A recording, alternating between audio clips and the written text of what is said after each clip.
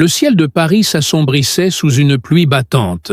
Philippe Durand, 55 ans, observait les gouttes frapper violemment contre les vitres du restaurant Huppé où il venait de terminer son dîner solitaire. Son reflet dans la vitre lui renvoyait l'image d'un homme séduisant aux tempes grisonnantes, dont les yeux bleus perçants cachaient un vide existentiel que 25 longues années n'avaient pas réussi à combler.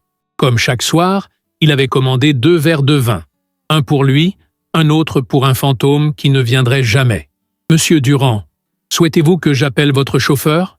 demanda le maître d'hôtel avec déférence. Philippe secoua la tête. « Non, merci François.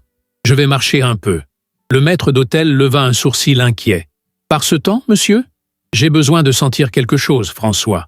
Même si ce n'est que la pluie. » Philippe enfila son manteau noir et sortit dans la tempête. L'eau froide s'infiltra immédiatement sous son col. Mais cette sensation désagréable était presque bienvenue. Une distraction temporaire face à l'anniversaire qui approchait. Dans une semaine exactement, cela ferait 25 ans que Mathilde l'avait quitté pour toujours. Les rues détrempées reflétaient les lumières de la ville comme des miroirs brisés. Philippe marchait sans but précis, les mains enfoncées dans les poches de son manteau.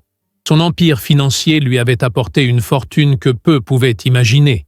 Mais ce soir, comme tous les autres soirs, il n'était qu'un homme hanté par les regrets.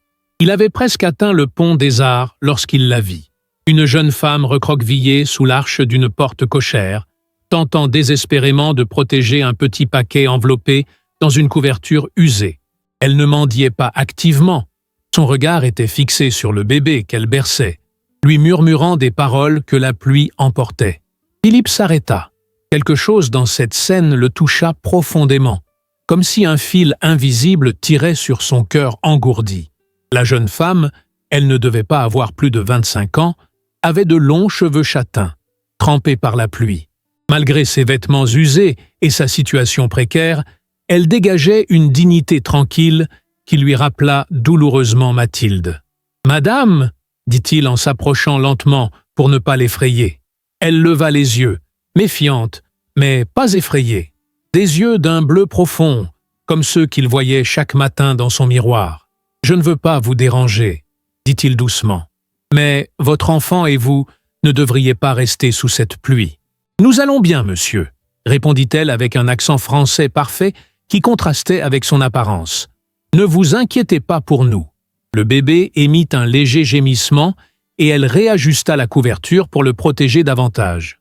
Philippe remarqua que ses mains étaient rouges et gercées par le froid. « Avez-vous mangé aujourd'hui » demanda-t-il. Elle hésita, puis secoua la tête. « Je préfère acheter du lait pour Emma. » Emma. Ce prénom résonna étrangement dans l'esprit de Philippe. C'était le 2e prénom de Mathilde. Sans réfléchir davantage, il sortit son portefeuille et en tira 100 €. « Prenez ceci.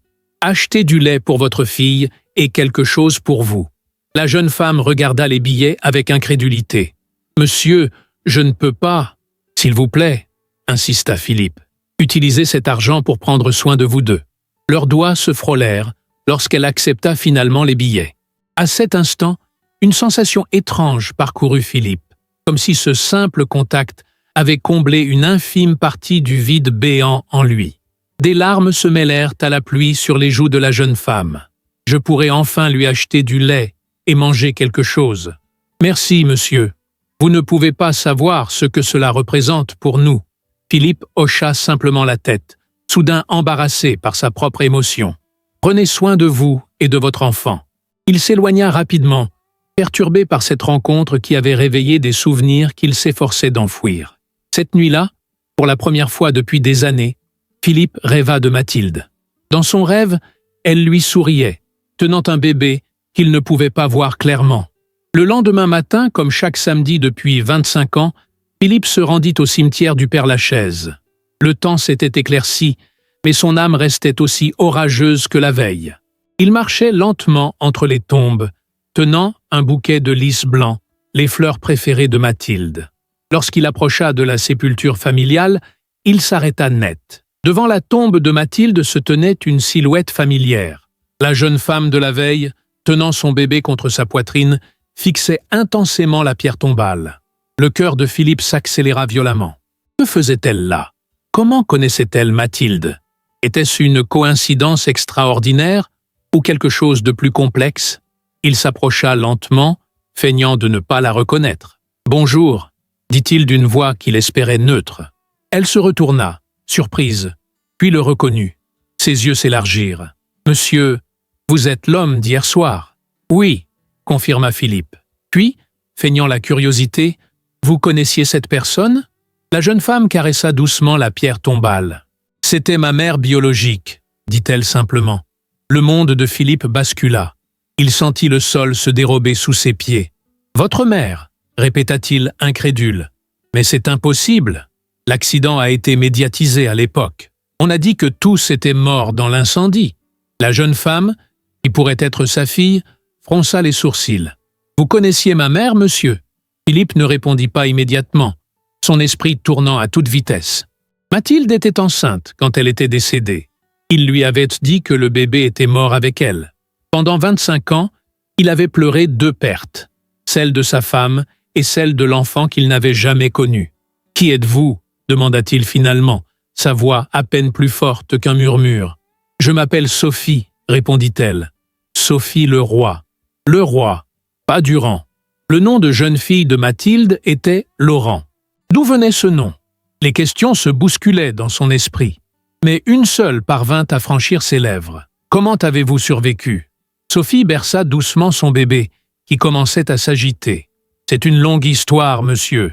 Une histoire que ma mère adoptive m'a racontée quand j'étais assez grande pour comprendre. » Philippe regarda l'enfant dans ses bras. Sa petite fille? Puis les yeux bleus de Sophie, si semblables aux siens. Le vide qu'il portait depuis 25 ans se transforma soudain en un gouffre vertigineux d'émotions contradictoires. « J'aimerais entendre cette histoire, » dit-il doucement, « si vous voulez bien me la raconter. » Le vent se leva, faisant bruisser les feuilles des arbres centenaires qui gardèrent le cimetière. Et tandis que les lys blancs tremblaient dans sa main, Philippe sentit que sa vie était sur le point de basculer irrémédiablement. Sophie hésita, serrant sa fille contre elle comme pour puiser du courage. Ses yeux se posèrent sur la pierre tombale de Mathilde, puis revinrent vers Philippe. « Comment connaissez-vous ma mère ?» demanda-t-elle avec une méfiance compréhensible. Philippe chercha ses mots. Devait-il lui dire la vérité immédiatement? Qu'il était probablement son père? Non, c'était trop brutal. Il lui fallait d'abord comprendre. « J'étais un ami proche de votre mère », répondit-il finalement. « J'ai été dévasté par l'accident. » Sophie sembla accepter cette explication partielle. Elle regarda autour d'elle, puis vers le bébé qui commençait à s'agiter. « Pourrions-nous nous asseoir quelque part? Emma va bientôt avoir faim. » Philippe acquiesça et les guida vers un banc sous un marronnier majestueux. Le contraste entre leurs apparences ne pouvait être plus saisissant. Lui dans son costume taillé sur mesure, elle dans des vêtements usés mais propres. « L'histoire qu'on m'a racontée commence dans l'ambulance, » dit Sophie en ajustant la couverture d'Emma. « Ma mère biologique était en travail.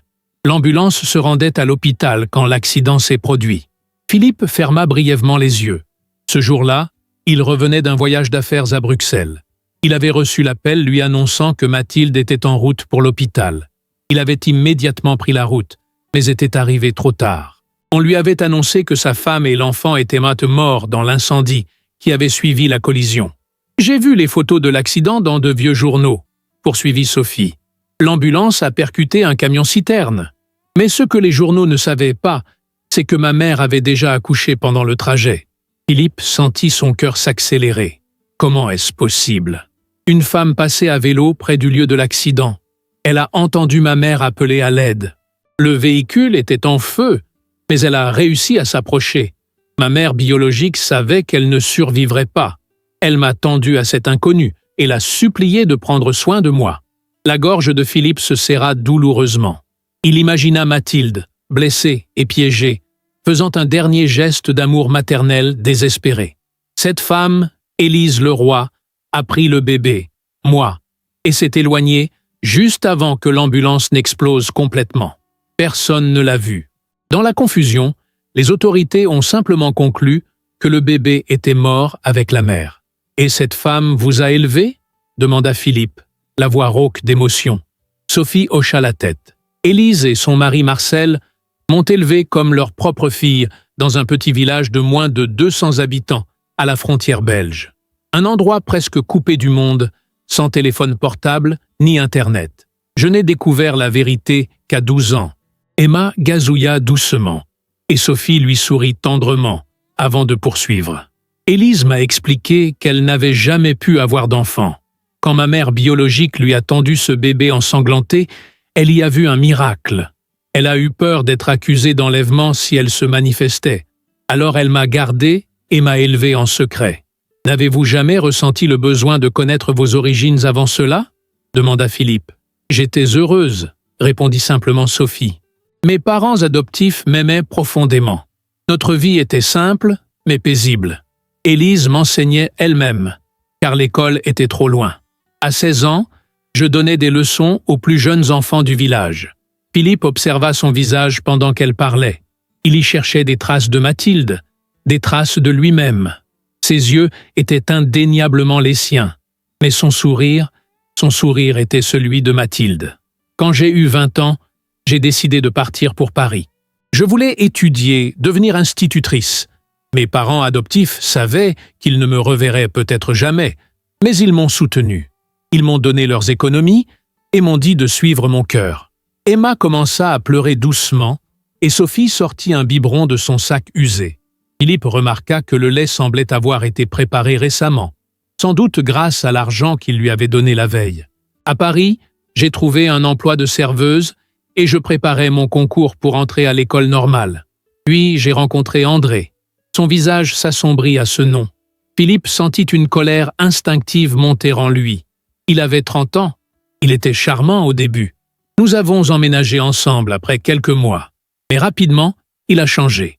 Il me rabaissait constamment, contrôlait mes faits et gestes, m'isolait. Je n'osais pas partir. Je n'avais nulle part où aller. Elle s'interrompit pour donner le biberon à Emma, qui téta avidement. Philippe attendit patiemment qu'elle reprenne son récit, luttant contre l'envie de la prendre dans ses bras pour la protéger de tout ce qu'elle avait vécu. Quand j'ai découvert que j'étais enceinte, j'ai pris conscience que je ne voulais pas qu'Emma grandisse dans cette atmosphère. Je suis parti avant qu'André ne découvre ma grossesse, de peur qu'il ne traite mon bébé comme il me traitait. J'ai vécu dans des foyers pour femmes en difficulté pendant ma grossesse. Et depuis la naissance d'Emma, nous survivons, dit-elle simplement. Je ne trouve pas de travail. Personne ne veut embaucher une jeune mère sans domicile fixe. La nuit, nous dormons dans des centres d'hébergement quand il y a de la place, ou dans des entrées d'immeubles quand il n'y en a pas. Je demande parfois de l'argent dans la rue pour acheter du lait et de la nourriture pour Emma. Philippe regarda sa petite fille, si fragile et pourtant si résiliente, comme sa mère. La colère et la culpabilité l'envahirent simultanément. Pendant qu'il vivait dans le luxe, consumé par le chagrin, mais protégé par sa fortune, sa propre fille et sa petite-fille luttaient pour survivre. « C'est pour ça que j'étais si émue hier soir », ajouta Sophie en levant les yeux vers lui. « Vos 100 €, c'est une semaine entière de nourriture pour nous deux. » Un silence lourd s'installa, uniquement perturbé par les bruits de succion d'Emma sur son biberon. Philippe contemplait la tombe de Mathilde, se demandant si elle avait orchestré cette rencontre depuis l'au-delà.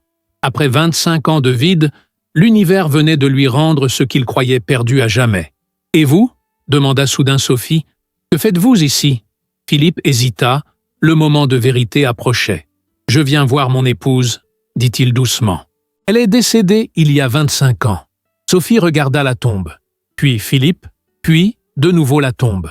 Une connexion semblait se former dans son esprit, mais elle n'osait pas encore la formuler. « Votre épouse s'appelait Mathilde Durand » demanda-t-elle dans un souffle. « Oui » répondit-il simplement. « Alors vous êtes…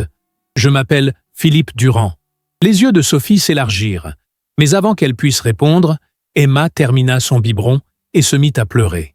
Sophie la souleva pour lui faire son rot, ses mains tremblant légèrement.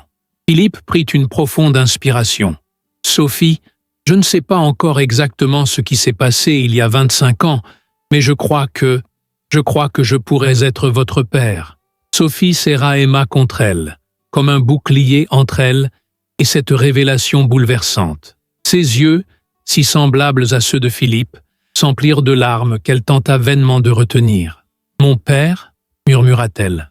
Mais comment est-ce possible? Élise m'a toujours dit que ma famille biologique était morte dans l'accident. Elle ne savait probablement pas que j'existais, répondit doucement Philippe. Mathilde était ma femme. Nous traversions une période difficile avant l'accident. Nous étions séparés depuis 7 mois quand j'ai appris qu'elle était enceinte. Sophie écoutait, figée, absorbant chaque mot comme une éponge assoiffée. J'ai essayé de la reconquérir, de reconstruire notre mariage, continua Philippe, les souvenirs affluant après des années de refoulement. Elle était réticente au début, mais quand la grossesse a atteint son 8e mois, nous avions recommencé à nous rapprocher. J'étais en voyage d'affaires quand elle est entrée en travail. J'ai pris la route immédiatement, mais quand je suis arrivé, sa voix se brisa et il dut prendre un moment pour se ressaisir. On m'a dit que ma femme et mon enfant étaient morts dans l'incendie. Pendant 25 ans, j'ai vécu avec cette certitude.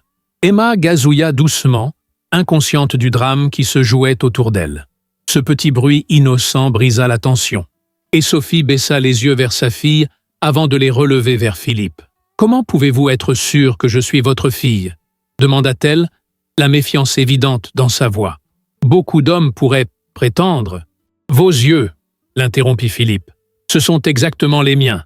Et votre sourire, c'est celui de Mathilde. » Il hésita, puis ajouta « Bien sûr, nous pourrions faire un test ADN si vous le souhaitez, mais dans mon cœur, je sais déjà. » Sophie regarda la pierre tombale, puis Philippe, puis la date gravée sur le marbre. 25 ans plus tôt, presque jour pour jour. « Si vous êtes mon père, où étiez-vous pendant tout ce temps ?» La question n'était pas accusatrice, simplement emplie de curiosité douloureuse. « J'étais ici, à Paris. Je pensais que vous étiez morte avec votre mère. Si j'avais su… » Il s'arrêta, incapable d'exprimer le regret infini qu'il ressentait. Un vent frais balaya le cimetière et Emma frissonna. Sophie resserra la couverture autour d'elle. « Vous avez froid ?»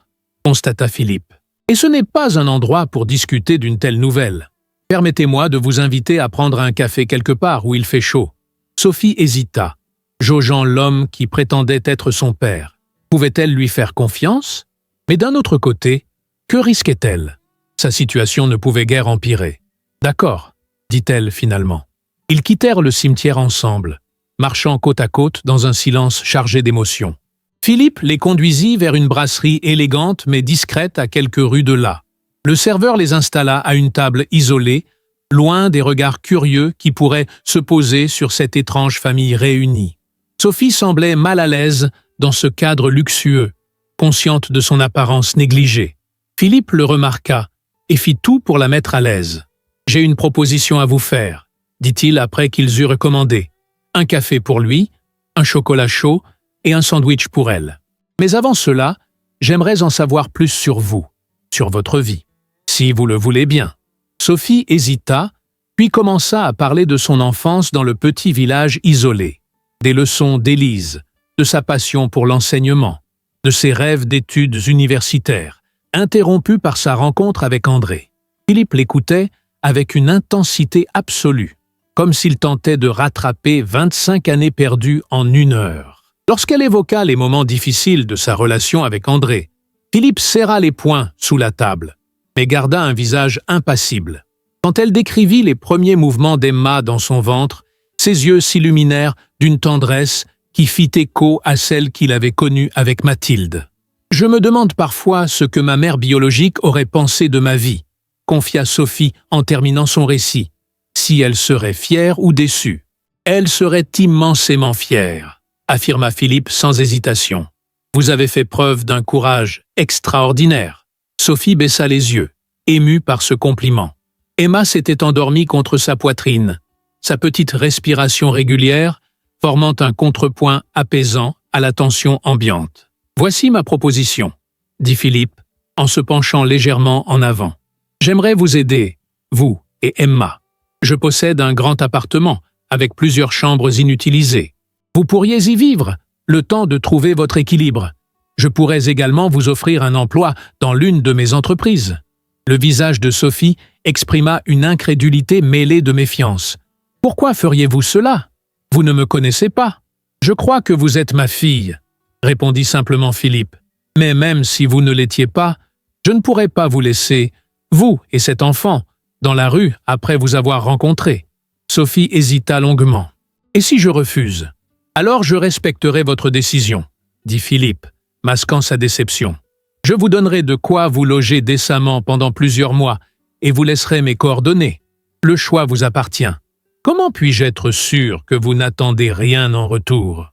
La question blessa Philippe, mais il comprit sa méfiance. « Je comprends votre prudence.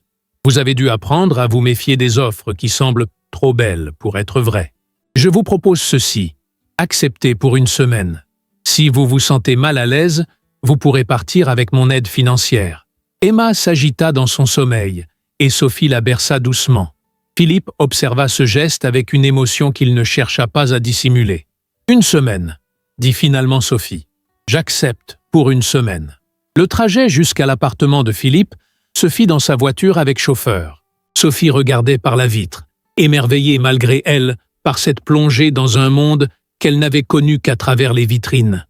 Emma s'était réveillée et observait les lumières de la ville avec fascination. L'appartement de Philippe occupait tout l'étage supérieur d'un immeuble haussmannien dans le 16e arrondissement.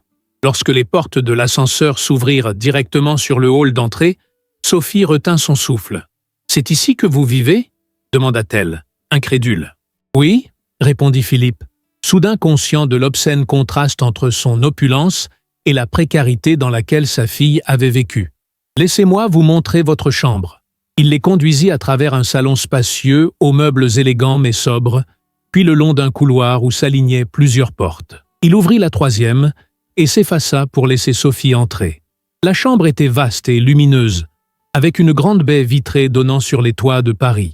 Un lit king-size trônait contre un mur, et une porte entr'ouverte révélait une salle de bain privative en marbre. « La chambre adjacente pourrait servir à Emma », expliqua Philippe. « Nous pourrions y installer un berceau dès demain. » Sophie entra timidement, tenant Emma contre elle comme si elle craignait de salir quelque chose. « C'est trop. C'est juste assez, » répondit doucement Philippe. « Je vais vous laisser vous installer. Il y a des vêtements dans la commode. Ils appartenaient à Mathilde, mais ils devraient vous aller. Reposez-vous, prenez une douche. Nous parlerons davantage demain, si vous le souhaitez. » Il se dirigea vers la porte, puis s'arrêta. « Sophie ?» Elle se tourna vers lui. « Bienvenue chez vous, » dit-il simplement, avant de refermer doucement la porte derrière lui. Dans le couloir, Philippe s'adossa au mur et ferma les yeux. Pour la première fois depuis 25 ans, les larmes qui coulaient sur ses joues n'étaient pas uniquement des larmes de chagrin. Il pleurait pour les années perdues, mais aussi pour cet espoir inattendu qui venait de naître. L'espoir de combler enfin ce vide qui l'habitait depuis si longtemps. Une semaine s'était écoulée depuis cette rencontre bouleversante au cimetière. Philippe, assis dans son bureau au dernier étage de la Tour Durand, contemplait les photos qu'il venait de recevoir. Des résultats scientifiques indiscutables s'étalaient sur son écran d'ordinateur. Sophie était bien sa fille biologique, à 99,9% de certitude. Il aurait dû être soulagé, euphorique même, mais son cœur demeurait troublé. Il n'avait pas encore osé révéler toute la vérité à Sophie. Comment lui annoncer qu'il était véritablement son père biologique, qu'il avait désormais la preuve irréfutable de leur lien de sang? La porte de son bureau s'ouvra doucement et son assistante passa la tête. « Monsieur Durand, il est 19 heures. Vous m'aviez demandé de vous rappeler ?»« Merci, Juliette, » répondit Philippe en éteignant son ordinateur. « J'y vais immédiatement. » La route vers son appartement fut anormalement longue ce jour-là. Ou du moins, c'est ainsi que Philippe l'a ressenti. À chaque feu rouge, il répétait mentalement les mots qu'il allait prononcer, imaginant les réactions possibles de Sophie. Accepterait-elle cette vérité? Lui pardonnerait-elle ses 25 années d'absence, même involontaire? Lorsqu'il entra dans son appartement, le silence l'accueillit. « Sophie ?» appela-t-il doucement. Pas de réponse. Une angoisse soudaine l'étreignit. Était-elle partie? Avait-elle finalement décidé que cette situation était trop étrange, trop inconfortable? Il se précipita vers la chambre qu'il lui avait attribuée. La porte était entr'ouverte. À l'intérieur, tout était impeccablement rangé, comme si personne n'y avait jamais dormi. Sur le lit, soigneusement plié, se trouvaient les vêtements qu'il avait achetés pour elle. Son cœur se serra douloureusement. Elle était partie, sans même un mot d'adieu. Il s'assit lourdement sur le bord du lit, la tête entre les mains. L'histoire se répétait. Encore une fois, il perdait cette fille qu'il venait à peine de retrouver. Un gazouillis d'enfant le fit sursauter. Il se releva d'un bond et suivit le son jusqu'à la cuisine. Là, Sophie donnait le bain à Emma dans l'évier, lui parlant doucement. La petite fille riait, éclaboussant joyeusement l'eau autour d'elle. « Voilà, ma puce, tu es toute propre maintenant », murmurait Sophie en enveloppant sa fille dans une serviette moelleuse. Le soulagement submergea Philippe comme une vague. « J'ai cru que vous étiez parti », dit-il depuis le seuil de la porte. Sophie sursauta légèrement. « Oh, vous m'avez fait peur. Non, j'ai rangé la chambre et lavé les draps. Je ne voulais pas abuser de votre hospitalité. Ce n'est pas nécessaire, répondit-il doucement. Cette chambre est la vôtre maintenant. » Un silence gêné s'installa entre eux, uniquement rompu par les babillages d'Emma. « Sophie, » reprit finalement Philippe, « j'aimerais vous parler de quelque chose d'important. » Quand Emma sera couchée, peut-être, elle hocha la tête, une lueur d'inquiétude traversant son regard. Plus tard dans la soirée, après avoir couché Emma, Sophie rejoignit Philippe dans le salon. Il avait préparé du thé, se souvenant qu'elle préférait cela au café le soir. « Vous semblez préoccupé, » dit-elle en s'asseyant face à lui.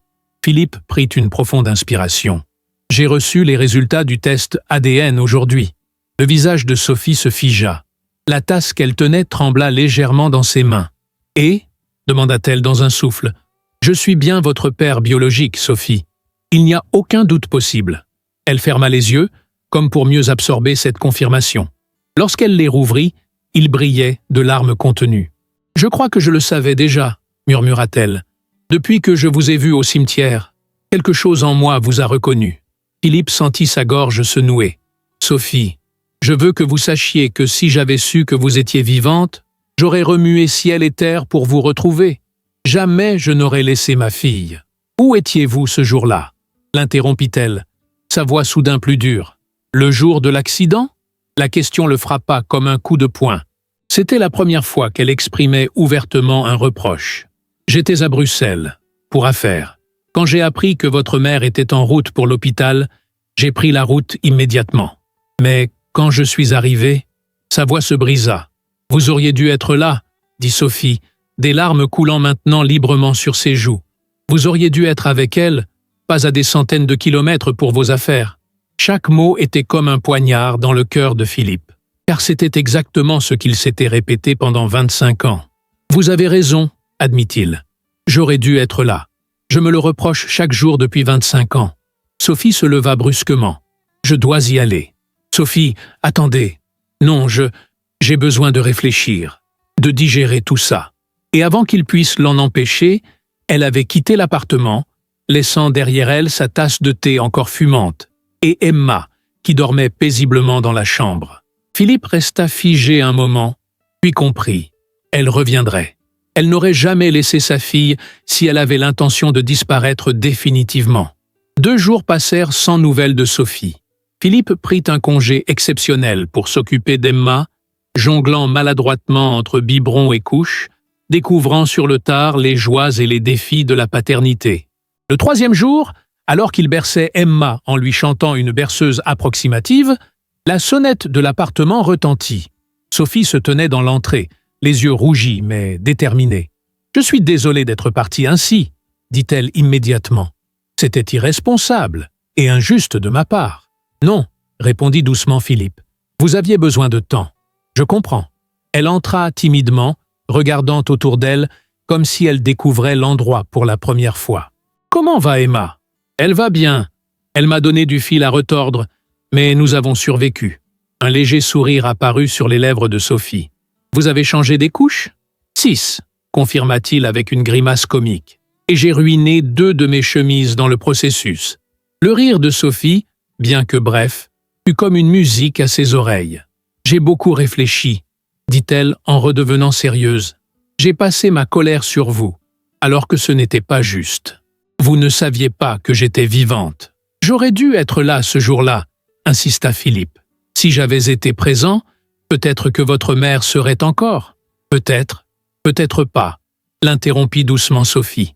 Nous ne le saurons jamais. Mais je sais une chose. Je ne peux pas vous blâmer pour le passé. Elle s'approcha d'Emma, qui s'était endormie dans les bras de Philippe. En revanche, je peux vous juger sur ce que vous faites maintenant. Et depuis que nous nous sommes rencontrés, vous n'avez fait que nous aider, Emma et moi. Philippe sentit une émotion intense l'envahir. « Voulez-vous rester ?» demanda-t-il. « Pas juste pour une semaine ou un mois, mais pour de bon ?» Sophie hésita. « Je ne sais pas si je peux accepter tout cela. C'est tellement différent de ma vie d'avant. »« Alors ne le faites pas pour vous, » dit Philippe doucement. « Faites-le pour Emma. Donnez-lui la chance de grandir en sécurité, avec un toit sur la tête et des opportunités que vous n'avez pas eues. » Cette suggestion sembla toucher Sophie. « Et vous? Quel serait votre rôle dans sa vie? Celui que vous voudrez bien me donner, » répondit-il sincèrement. « Je ne vous forcerai jamais à m'accepter comme père, Sophie. Si vous préférez que je reste en retrait, que je sois simplement un bienfaiteur distant, je respecterai votre choix. » Sophie considéra cette proposition, puis hocha lentement la tête. « D'accord. Pour Emma, j'accepte de rester. Mais je veux travailler, gagner ma vie. Je ne veux pas être entretenu. »« Bien sûr, » acquiesça Philippe. « J'ai justement une position qui pourrait vous convenir dans l'une de mes sociétés. Un poste de réceptionniste. Ce n'est pas très prestigieux, mais... »« C'est parfait, » l'interrompit Sophie. « C'est un début. Je pourrais peut-être reprendre mes études plus tard. »« Tout ce que vous voudrez, » promit Philippe. Cette nuit-là, pour la première fois depuis son retour, Sophie dîna avec Philippe. La conversation était encore hésitante, parsemée de silence, mais moins tendue qu'auparavant. Alors qu'ils terminaient leur repas, Philippe osa poser la question qui lui brûlait les lèvres. « Sophie, accepteriez-vous un jour de m'appeler papa ?» Elle leva les yeux, surprise par cette demande vulnérable venant de cet homme habituellement si composé. « Je ne sais pas, » répondit-elle honnêtement. « Pour l'instant, c'est encore trop nouveau, trop étrange. Mais peut-être qu'avec le temps. » Philippe hocha la tête, reconnaissant pour cette réponse qui, bien que non définitive, laissait la porte ouverte à l'espoir. Une semaine passa, puis une autre. Sophie s'adapta progressivement à son nouveau travail. Philippe, bien que discret, veillait de loin à ce qu'elle soit bien traitée, sans privilège particulier. Il voulait qu'elle gagne sa place par ses propres mérites. Chaque soir, une nouvelle routine s'établissait. Philippe rentrait du travail et demandait poliment s'il pouvait voir Emma. Sophie acceptait généralement, et il passait quelques minutes à jouer avec la petite fille sous le regard attentif de sa mère. Un soir, alors qu'il rentrait après une journée particulièrement éprouvante, Philippe trouva Sophie qui l'attendait dans le salon. « Bonsoir », dit-elle simplement. « Bonsoir, Sophie. Comment s'est passée votre journée ?»« Bien. Emma vous attend. » Il se dirigea vers la chambre de l'enfant, le cœur un peu plus léger à la perspective de voir sa petite fille. Lorsqu'il entra, Emma l'accueillit avec un sourire radieux qui illumina instantanément sa journée. « Bonsoir, princesse », murmura-t-il en la prenant délicatement dans ses bras. Derrière lui, la voix de Sophie s'éleva, hésitante mais distincte. « Bonsoir, papa. » Philippe se figea, craignant d'avoir mal entendu. Il se tourna lentement vers elle, n'osant croire ce qu'il venait d'entendre. « Je suis désolé, » dit rapidement Sophie, les joues rouges d'embarras. « C'est sorti tout seul, Mais Philippe ne lui laissa pas le temps de terminer. En 2 pas, il était près d'elle et l'enveloppait dans une étreinte maladroite mais sincère, tout en tenant toujours Emma. « Ne vous excusez jamais pour cela, » murmura-t-il, la voix tremblante d'émotion. « Jamais. » Et tandis qu'il restait ainsi, enlacé, Philippe sentit pour la première fois depuis 25 ans que le vide béant dans sa poitrine commençait enfin à se combler. 3 mois s'écoulèrent dans une routine paisible. Le printemps parisien habillait les avenues de couleurs délicates, et la vie dans l'appartement Durand avait trouvé son rythme. Sophie travaillait désormais à temps plein comme réceptionniste, tandis qu'Emma fréquentait une crèche prestigieuse pendant la journée. Chaque soir, Philippe rentrait avec une impatience qu'il n'avait pas connue depuis des décennies. Un samedi matin, alors que Philippe préparait le petit déjeuner, une habitude récemment acquise qui lui procurait un plaisir simple, Sophie s'approcha, une tasse de café à la main. « J'ai réfléchi à quelque chose, » dit-elle. « Je vous écoute » répondit Philippe, en retournant d'une crêpe avec une dextérité nouvellement acquise. Je me demandais si nous pourrions rendre visite à Élise et Marcel, mes parents adoptifs. Ils n'ont jamais rencontré Emma, et j'aimerais qu'ils la connaissent. Et peut-être qu'ils aimeraient vous rencontrer aussi. Philippe posa sa spatule, surpris et ému par cette invitation. « J'en serais honoré », dit-il simplement. Le week-end suivant, ils prirent la route vers le petit village frontalier où Sophie avait grandi. C'était un voyage de 4 heures, durant lequel Philippe découvrit une Sophie plus détendue, évoquant des souvenirs d'enfance avec une nostalgie attendrissante. Emma, confortablement installée dans son siège auto, gazouillait joyeusement, comme si elle percevait l'atmosphère plus légère. Le village semblait effectivement figé dans le temps. Une poignée de maisons en pierre s'alignait le long d'une rue principale, entourée de champs verdoyants. La maison des Leroy se trouvait à l'extrémité du village, une modeste bâtisse en pierre avec un potager soigneusement entretenu. Dès que la voiture s'immobilisa, la porte d'entrée s'ouvrit. Une femme aux cheveux gris, le visage marqué par les années, mais illuminé par un sourire radieux, apparut sur le seuil. À côté d'elle, un homme trapu aux mains calleuses regardait la scène avec des yeux brillants d'émotion. Sophie bondit hors de la voiture et courut vers eux comme une enfant. « Maman! Papa !» Les retrouvailles furent émouvantes, étreintes, larmes, exclamations de joie. Philippe resta en retrait, observant cette famille qui avait sauvé et élevé sa fille avec un mélange de gratitude et de mélancolie. « Et voilà notre petite fille !» s'exclama Élise en voyant Emma que Sophie tenait maintenant dans ses bras. « Comme elle est belle !» renchérit Marcel, touchant timidement la petite main d'Emma qui s'agrippa instantanément à son doigt. Puis, leurs regards se tournèrent vers Philippe, debout près de la voiture. « Et vous devez être… » commença Élise. « Papa, » dit Sophie en se tournant vers Philippe. « Je vous présente Élise et Marcel Leroy, mes parents.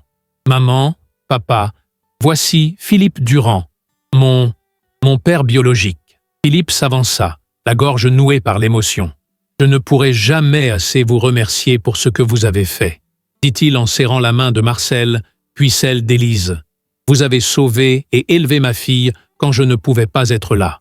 Je vous en serai éternellement reconnaissant. » Élise sourit doucement. « C'est nous qui avons reçu un cadeau inestimable. Sophie a illuminé notre vie. » La journée se déroula dans une atmosphère surréaliste, mais chaleureuse. Ils partagèrent un repas simple mais délicieux, préparé par Élise. Marcel montra à Philippe son atelier de menuiserie. Sophie retrouva sa chambre d'enfant, pratiquement inchangée, et y installa Emma pour sa sieste. Le soir venu, alors que Sophie couchait Emma dans son ancienne chambre, Élise fit signe à Philippe de la suivre à l'extérieur. « Je dois vous montrer quelque chose », dit-elle énigmatiquement. Elle le conduisit jusqu'à une vieille commode dans la salle à manger et en sortit une enveloppe jaunie. Le jour de l'accident, quand Mathilde m'a confié Sophie, elle m'a aussi donné ceci. Elle m'a demandé de le remettre au père de l'enfant si jamais je le rencontrais un jour. Je n'ai jamais pensé que ce jour viendrait. Je ne l'ai pas ouverte. C'était sa dernière volonté, et il me semblait juste de la respecter. Les mains tremblantes, Philippe accepta l'enveloppe. « Merci », murmura-t-il. « Je vous laisse », dit doucement Élise en s'éloignant. Seul sur le banc de pierre dans le jardin, Philippe contempla l'enveloppe. Son nom y était inscrit de l'écriture élégante de Mathilde. Après un long moment d'hésitation, il l'ouvrit délicatement. « Mon cher Philippe », commençait la lettre, « si tu lis ces mots, c'est que je n'ai pas survécu à l'accouchement. Il y a quelque chose que je dois te confesser, quelque chose que je ne pourrai pas emporter dans ma tombe. » Le cœur de Philippe s'accéléra douloureusement. Pendant notre séparation, dans un moment de désespoir et de solitude, j'ai brièvement fréquenté ton ami Paul. Ce fut une terrible erreur que j'ai regrettée immédiatement. Quand j'ai découvert ma grossesse, j'ai d'abord craint que l'enfant ne soit de lui. C'est pourquoi j'ai résisté à tes tentatives de réconciliation. Mais au fil des mois, en voyant ton amour et ta détermination, j'ai compris que peu importait la biologie. Tu étais le père que je voulais pour mon enfant.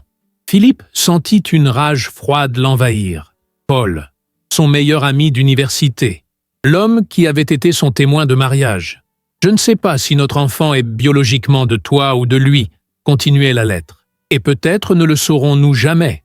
Mais ce que je sais, avec certitude, c'est que dans mon cœur, tu es son père. Et si je ne suis plus là pour élever notre enfant, je te supplie de l'aimer, qu'il soit de ton sang ou non. Aime-le comme tu m'as aimé. La lettre se terminait par des mots d'amour et de pardon, mais Philippe ne pouvait plus lire à travers ses larmes de rage et de confusion. Tout ce en quoi il avait cru ces derniers mois s'effondrait. Le test ADN avait confirmé que Sophie était sa fille biologique, mais cette lettre remettait tout en question. Y avait-il eu une erreur dans le test?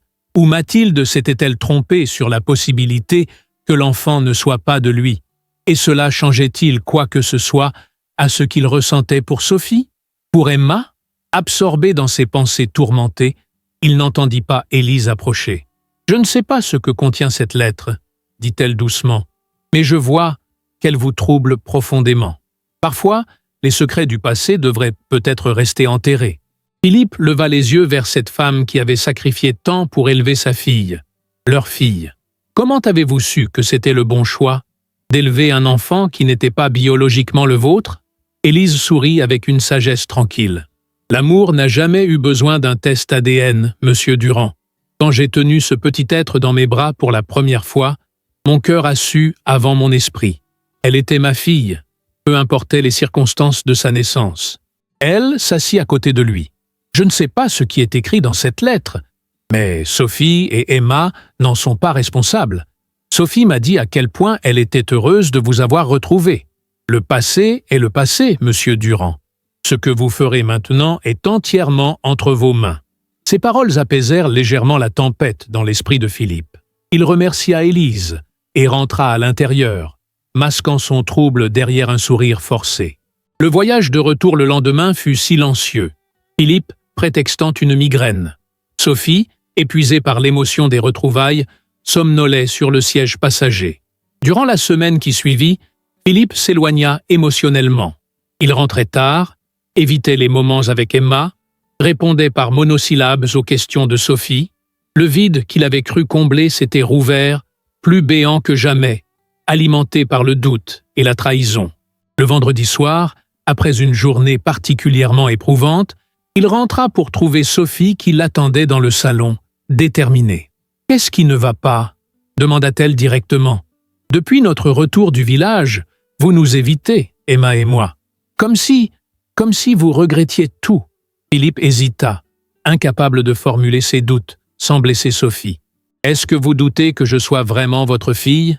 demanda-t-elle, allant droit au cœur du problème avec une intuition troublante. « Est-ce pour cela que vous vous éloignez ?» Il ouvrit la bouche pour répondre, quand un petit bruit les interrompit. Emma, qui avait apparemment échappé à sa surveillance, avançait à quatre pattes dans le salon.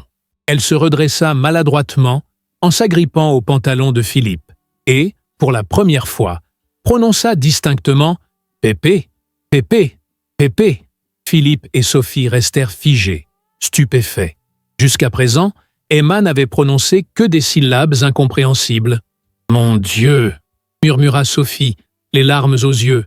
Ce sont ses premiers mots. Philippe s'agenouilla lentement, bouleversé. Emma le regardait avec un sourire radieux, fier de sa prouesse. Il la prit dans ses bras, et toute la colère, tous les doutes qu'il avait rongés cette semaine semblèrent soudain insignifiants face à l'amour qu'il ressentait pour cette petite fille. Sophie s'agenouilla à côté d'eux, formant un cercle parfait. « Qu'est-ce qui s'est passé ?» demanda-t-elle doucement. « Qu'est-ce qui a changé depuis notre visite chez mes parents ?» Philippe savait qu'il ne pouvait plus garder ce secret. « Ta mère adoptive m'a remis une lettre que Mathilde avait écrite avant l'accouchement. Elle y confessait une relation brève avec mon ami Paul pendant notre séparation.